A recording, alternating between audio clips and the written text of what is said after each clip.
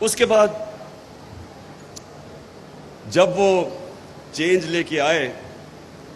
اور یہ جو نیا سیٹ اپ آیا، میں آپ سے نہیں، میں پہلے دن سے کہہ رہا ہوں، جب سے میری پہلی تقریر تھی جب میں پرائم منسٹر بنا، میں نے تب کہا کہ یہ سارے اکٹھے ہوں گے، جمہوریت کے نام پہ ہوں گے، ابھی وہ ڈیموکریٹک موومنٹ کا نام نہیں آیا تھا، جمہوریت کے نام پہ سب اکٹھے ہوں گے، اور ایک ہی ان کا انٹرسٹ ہوگا کہ کسی طرح بلیک میل مجھے اتنا کرے کہ این آر او مل جائے۔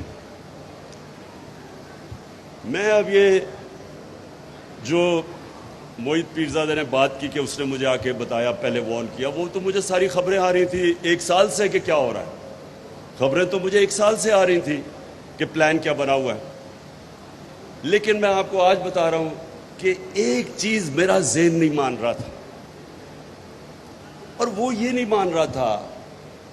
کہ کیا یہ شہباز شریف کو پرائم منسٹر بنا دیں گے؟ کیا آصف زرداری پھر سے اقتدار میں آ جائے گا؟ یعنی یہ میں اس لیے آپ کو کہہ رہا ہوں، دیکھیں جو بھی پاکستان کا سوچتا ہے، جس کے باہر اربوں ڈالر نہیں پڑے ہوئے، جس کا جینا بننا اس ملک پہ ہے، تو وہ یہ سارے یہ سوال پوچھیں گے کہ وہ جو 30 سال سے 2 خاندان اس ملک کے اوپر مسلط ہے، میں نہیں کہہ رہا کہ انہوں نے یہ کتنے کرپٹ ہیں، آپ ان کے باہر کتنے اخباروں کے اندر ان کے اوپر آرٹیکلز آئے ہوئے ان کی کرپشن کے اوپر، انٹرنیشنل میں بات کر رہا ہوں، بی بی سی کی ڈاکیومنٹریز آئی ہوئی ہیں ان کی کرپشن پہ، ہم نے تو نہیں نکالی، کرپشن کے کیسز ان کے اوپر اتنے ہیں کہ آپ کو سمجھ نہیں آتی کس کیس کے اوپر بات کریں۔ جو این آر او 1 لیا انہوں نے، جو جنرل مشرف نے اتنا بڑا ظلم کیا اس ملک کے اوپر، میں نے سب سے زیادہ شور مچایا اس کے اوپر کہ وہ سرے محل جو آصف زرداری بار بار کہتا تھا کہ یہ ہمارا نہیں ہے، اور یہ انہوں نے کنٹیسٹ بھی کیس نہیں کیا جب پاکستانی گورنمنٹ نے انگلینڈ میں کیس کیا، وہ بیکیا اس کے پیسے پاکستان کو آنے تھے، $60 ملین پڑے ہوئے تھے سوئٹزرلینڈ میں، وہ پورا کیس میچور ہو گیا تھا، وہ پیسے پاکستان کو آنے تھے، این آر او دے کے وہ معاف کر دیا، وہ جو پاکستان کو وہ انہوں نے وہ بھی ہضم کر لیا۔ نواز شریف کا اتنا اوپن اینڈ شٹ کیس ہے حدیبہ پیپر مل کا، جس میں اسحاق ڈار کی کنفیشنل سٹیٹمنٹ ہے،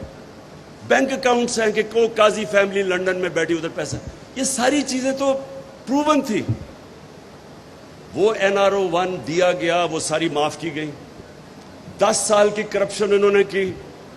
ان کے دور کے سارے کیسز ہیں 95%، ہمارے تو دور کے کیسز ہی نہیں ہیں، ہمارا تو صرف ایک ٹی ٹی کا کیس ہے شہباز شریف کا، اور ایک جو مقصود چپڑاسی والا کیس ہے ایف آئی اے کا، باقی تو سارے پرانے کیسز ہیں۔ تو وہ کیسز جو ہمیں 3.5 سال کہہ رہے تھے، اور یہ اسحاق ڈار ان کے دور میں بھاگا ہے، نواز شریف کے بیٹے ان کے دور میں بھاگے، یہ دماد شہباز شریف کا اس کے دور میں بھاگا ہے، تو